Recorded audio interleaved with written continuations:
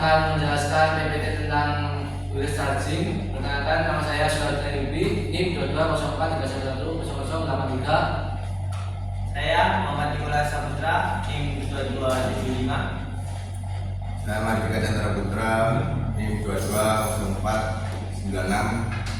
Saya Satria Jaya Saputra, NIM 2284. Saya Daniata Prayoga, NIM 2265. Di sini kita akan menjelaskan pengertian sejarah dan lain-lainnya tentang wireless charging. Baik, berikut.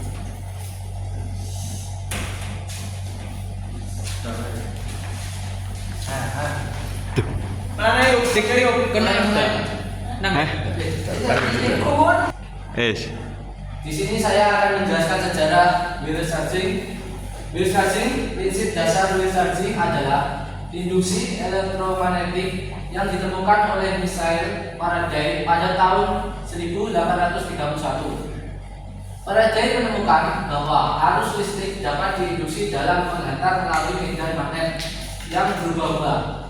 Ini menjadi dasar bagi banyak teknologi termasuk transformator dan generator listrik. Resonansi magnetik, prinsip lain yang digunakan dalam beberapa teknologi wireless charging, pertama kali dijelaskan oleh Heinrich Hertz pada tahun 1888. Hertz berhasil memproduksi gelombang elektromagnetik dan membuktikan teori elektromagnetik James Clerk Maxwell. Tesla adalah salah satu pelopor dalam penelitian pengisian daya kabel. Pada akhir 1800-an, Tesla melakukan eksperimen dengan transmisi daya listrik tanpa kabel. Dia mendemonstrasikan bahwa daya listrik dapat ditransmisikan melalui udara menggunakan resonansi elektromagnetik yang ditunjukkan dengan Tesla coil-nya. Tesla membayangkan jaringan listrik dan kabel yang dapat mentransmisikan daya listrik ke rumah dan pabrik tanpa kabel. Di sini pembahasannya yang pertama yaitu pengertian, yang kedua yaitu cara kerja, dan yang ketiga yaitu kelebihan dan kekurangan, dan keempat adalah pengaplikasian. Pembahasan pertama yaitu tentang pengertian. Pengertian wireless charging. Wireless charging atau pengisian daya nirkabel adalah metode untuk mengisi daya perangkat elektronik tanpa perlu menggunakan kabel fisik yang menghubung perangkat tersebut dengan sumber daya listrik. Teknologi ini memungkinkan transfer energi dari sumber daya ke perangkat penerima melalui ruang udara atau materi non-logam. Cara kerja. Induksi elektromagnetik adalah induksi yang terjadi karena adanya perubahan medan magnet yang menembus suatu konduktor. Ketika medan magnet berubah, fluid magnetik yang melalui konduktor juga berubah. Perubahan fluid magnetik ini hukum Faraday tentang induksi elektromagnetik menyatakan bahwa besarnya gaya gerak listrik atau BGL yang diinduksi dalam suatu rangkaian adalah sebanding dengan laju perubahan fluid magnetik yang memotong rangkaian tersebut. Persamaannya sebagai sigma sama dengan negatif D O B per dt.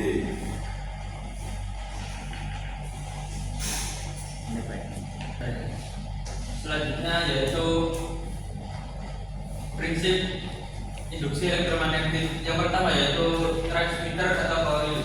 Ketika arus listrik mengalir melalui kumparan pengirim yang menyebabkan medan magnet di sekitarnya. Yang kedua, medan magnet. Medan magnet ini berisolasi pada frekuensi tertentu tergantung pada arus yang mengalir melalui kumparan pengirim. Yang ketiga, receiver coil. Ketika perangkat diletakkan cukup dekat dengan kumparan pengirim, maka medan magnet yang dihasilkan oleh kumparan pengirim akan memotong kumparan penerima.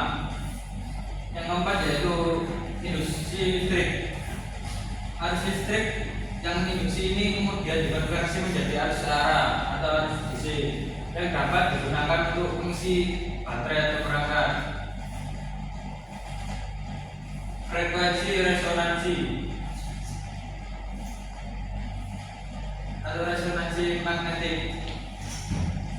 resonansi magnetik adalah fenomena di mana dua objek yang memiliki frekuensi resonansi yang sama dapat berinteraksi secara efisien untuk mentransfer energi dalam teknologi pengisian daya dan kabel.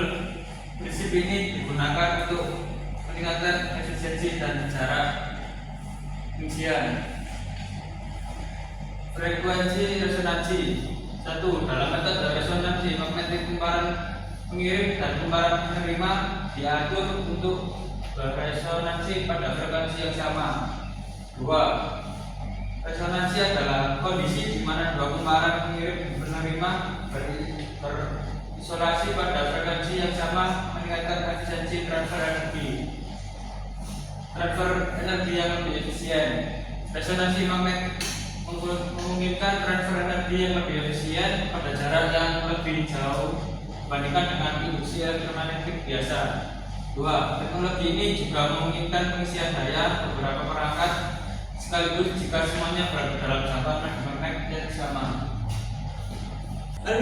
Selanjutnya yaitu kelebihan dan kekurangan dari wireless charging. Kelebihan dari wireless charging sendiri yaitu yang pertama, tanpa kabel.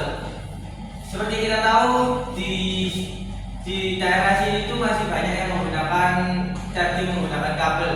Ya, wireless charging ini menghilangkan kebutuhan akan kabel fisik untuk mengisi daya perangkat, mengurangi kekacauan kabel dan membuat pengisian daya lebih mudah dan praktis. Jadi di sini wireless charging memiliki kelebihan yang untuk mengurangi kekacauan kabel itu seperti kabel yang saat berbelit-belit atau nanti putus nanti menyebabkan adanya tekanan listrik yang liar. Kedua, mencegah kerusakan fisik. Dengan tidak sering mencolokkan dan mencabut kabel, wireless charging membantu mencegah kerusakan fisik pada poin pengisian perangkat yang bisa memperpanjang umur perangkat. Jadi yang di kedua ini kelebihannya yaitu jika kita menggunakan charging yang biasa, kita kan akan mencolokkan di HP sering dan itu akan membuat kot semakin longgar. Jadi wireless charging ini memiliki kelebihan atas mengatasi hal itu. Untuk yang ketiga, ruang kerja yang lebih rapi. Wireless charging membantu menciptakan ruang kerja atau meja yang lebih rapi dan terorganisir dengan baik tanpa kabel yang berantakan. Jadi kelebihan dari wireless charging sendiri ini daripada konvensional itu lebih rapi tanpa kabel. Untuk yang keempat, pengurangan resiko konsleting. Tanpa kontak langsung dengan kabel listrik, resiko konsleting atau sengatan listrik berkurang secara signifikan. Jadi kelebihan dari wireless charging ini kan kita hanya menempelkan handphone saja di atas wireless charging itu sendiri. Selanjutnya yang kelima itu fleksibilitas penempatan. Dengan standar seperti resonansi magnetik, perangkat tidak selalu harus ditempatkan pada posisi yang sangat presisi, memberikan banyak fleksibilitas dalam cara perangkat diatur untuk pengisian. Untuk yang keenam, kemajuan teknologi. Teknologi wireless charging terus berkembang dengan inovasi seperti pengisian jarak jauh dan efisien energi yang lebih tinggi yang menjadikan masa depan lebih praktis dan efisien. Selanjutnya di sini ada juga kekurangan dari wireless charging, yaitu yang pertama pengisian lambat. Sebagian besar teknologi wireless charging mengisi daya perangkat lebih lambat dibandingkan dengan pengisian kabel. Ini terutama berlaku untuk perangkat dengan kapasitas baterai besar seperti tablet atau laptop. Jadi wireless charging ini masih belum bisa menyamai kecepatan charging konvensional. Jadi di sini mungkin wireless charging akan mengembangkan kecepatan untuk charging. 2. Panas berlebih. Proses induksi elektromagnetik dapat menghasilkan panas yang berlebih yang tidak hanya mengurangi efisiensi tapi juga berpotensi merusak perangkat atau mengurangi umur baterai. Jadi kalau kita menggunakan wireless charging ini, baterai kita atau handphone kita itu cepat panas. Untuk yang ketiga, jangkauannya terbatas. Meskipun ada penelitian yang berfokus pada pengisian jarak jauh, sebagai besar perangkat wireless charging saat ini masih memerlukan kontak fisik atau berada dalam jarak yang sangat dekat dengan stasiun pengisian. Jadi untuk wireless charging sendiri ini masih dalam lingkup yang sangat kecil. daripada konvensional yang memiliki kabel yang bisa panjang 1 meteran. Yang keempat, perangkat khusus. Tidak semua perangkat mendukung wireless charging. Penggunaannya mungkin perlu memberi perangkat tambahan seperti casing khusus atau adaptor untuk membuat perangkat mereka kompatibel dengan wireless charging. Jadi kita perlu untuk membeli seperti case itu untuk bisa menggunakan wireless charging ini. Harga perangkat yang mendukung wireless charging target pengisian seringkali lebih mahal dibandingkan dengan solusi pengisian kabel. Ini dapat menambah biaya bagi konsumen yang ingin beralih ke teknologi ini. Jadi di sini wireless charging itu masih mahal dikarenakan di sini masih kurang peminatnya dan masih belum banyak yang memiliki. Selanjutnya yakni kita membahas tentang pengaplikasian dari wireless charging. Yakni pengaplikasian dari wireless charging tidak hanya terbatas pada perangkat konsumen seperti smartphone atau tablet, tetapi juga meluas ke berbagai sektor industri, kendaraan, perangkat medis, dan lingkungan publik. Ini menunjukkan bahwa potensi besar dari teknologi ini dalam menyediakan solusi pengisian daya yang lebih praktis, bersih, nyaman bagi pengguna di berbagai tingkat kehidupan sehari-hari. Jadi pengaplikasian ini tidak berfokus pada smartphone, powerbank atau apa saja. Bisa juga dilakukan pada industri seperti medis, seperti kayak alat-alat medis dan mobil-mobil listrik. Berikut ini adalah contoh pengaplikasian seperti HP yang sering dijumpai. Dan untuk selanjutnya, kesimpulan dari wireless charging.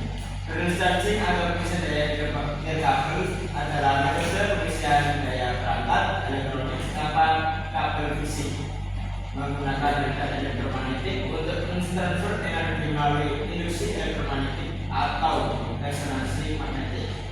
Cara kerjanya melibatkan kumparan pengirim yang menciptakan medan magnet dan kumparan penerima di perangkat yang menginduksi arus listrik untuk mengisi baterai. Kelebihan dari teknologi ini yakni meliputi kenyamanan, keamanan, daya tahan, dan estetika yang lebih baik. Namun, wireless charging memiliki kekurangan seperti efisiensi energi yang lebih rendah, percepatan pengisian yang lebih lambat, jarak pengisian yang terbatas, dan kompatibilitas yang terbatas. Dengan aplikasinya seperti smartphone, perangkat wearable, otomotif, peralatan medis, dan peralatan rumah tangga. Meskipun memiliki beberapa kekurangan, keunggulannya yang diharapkan membuat semakin populer dan banyak digunakan di berbagai aplikasi. Sekian presentasi dari kelompok saya. Assalamualaikum warahmatullahi wabarakatuh.